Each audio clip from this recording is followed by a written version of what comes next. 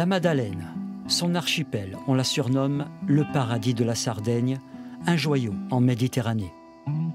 Situé au nord-ouest de l'île, l'archipel est composé de 7 îles principales, de 62 îlots. Sa position géographique lui confère une histoire à forte influence corse et sarde. Ensemble, les deux îles ont subi les mêmes vicissitudes historiques sous les dominations romaines, pisanes, puis génoises. Ces îles n'appartenaient à personne. Elles s'appelaient les îles intermédiaires parce qu'on ne savait pas quand fut créé le royaume de Sardaigne à cette époque. Elles ne furent pas mentionnées pour définir les frontières. Donc Gênes disait qu'elles appartenaient à la Corse, la France disait la même chose. Le royaume de Sardaigne prétexta qu'elle lui appartenait au vu de sa proximité jusqu'à ce que le 14 octobre 1767, les troupes du royaume Piémont-Sardaigne débarquent et occupent ces îles.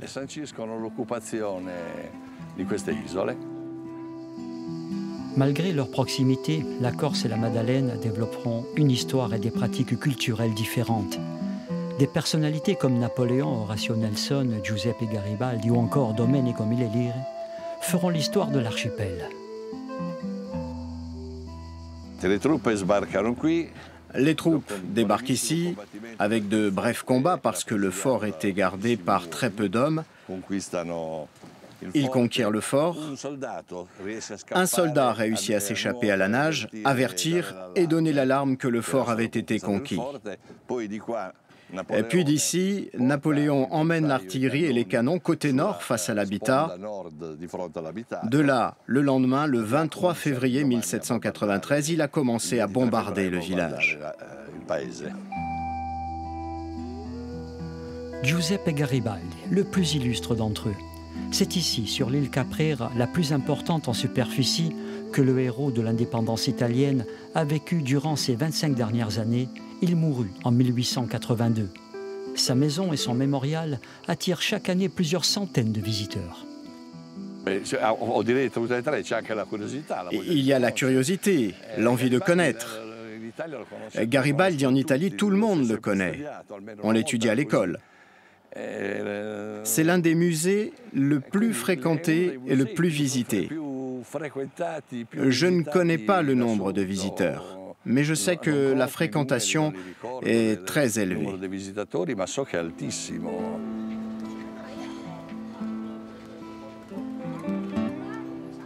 Au cœur du territoire, une ville, une seule, la Madeleine, du même nom que l'archipel.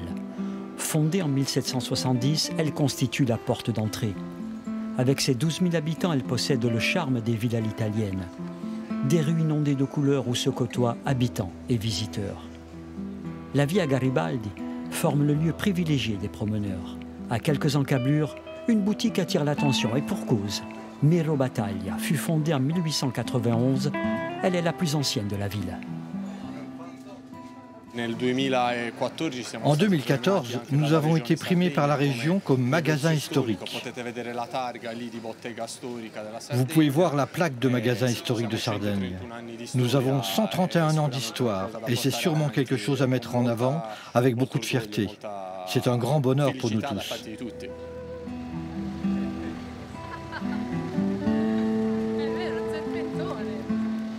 Une rue adjacente se dresse l'église Santa Maria Maddalena.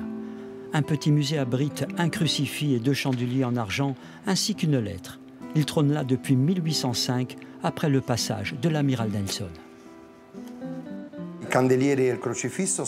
Les chandeliers et le crucifix ont été achetés à Barcelone, comme en témoignent les poinçons ou les sceaux. On pense que l'argentier ou la boutique d'argenterie qui les a confectionnés soit celle de Martino Rocca, qui était actif en cette période. Ce fragment d'histoire prouve combien l'archipel constituait un lieu stratégique majeur militaire. Au-delà des implantations italiennes, une base de l'OTAN abritant des sous-marins nucléaires de l'US Navy s'y était installée dans les années 70. La base fut démantelée en janvier 2008, une période particulière pour les habitants. Même si le risque d'un accident nucléaire était minime, il n'existait pas, ou du moins, nous n'avions pas connaissance d'un plan d'évacuation, d'un plan de sécurité. Il était impossible d'imaginer une évacuation de 11 000 personnes en 6 heures. Ce n'étaient pas des positions anti-américaines, c'était des problèmes par rapport à la base avec le risque de la présence nucléaire.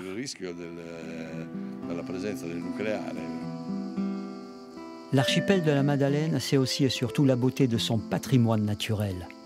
Les îles présentent 180 km de côtes rocheuses déchiquetées, érodées il y a des millions d'années. L'espace abrite plus de 700 sortes de fleurs différentes, en particulier du genévrier, myrte ou encore arbousier et garrigue. Une vraie spécificité préservée par les agents du Parco Nazionale. Parc ne signifie pas règles ou interdictions, mais signifie avoir des moyens pour pouvoir gérer, protéger le territoire pour les prochaines générations. Pas seulement pour nous, mais pour les prochaines générations, parce que l'environnement est notre bien le plus précieux. Le lieu fascine, captive. Les adeptes de plongée sous-marine aussi en ont fait une destination incontournable. Un décor paradisiaque, fragile frontière entre découverte et protection, où se côtoient la faune et la flore. La plupart sont des espèces menacées comme la posidonie, véritable arbre de vie de la Méditerranée. C'est un écosystème qui va produire le 40% de l'oxygène de tout le Méditerranée. Et c'est un écosystème dans lequel vivent beaucoup de poissons. Il fait de la reproduction et il peut trouver de nutrition. Et donc c'est vraiment important de la garder.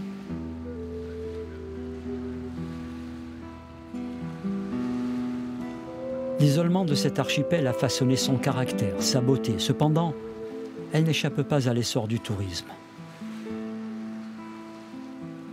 Symbole du rêve et d'évasion, la Madeleine, c'est avant tout un territoire de vie, avec ses avantages et ses inconvénients, que lui confère l'insularité qu'il faudra préserver coûte que coûte, au nom du bien-être et de l'histoire.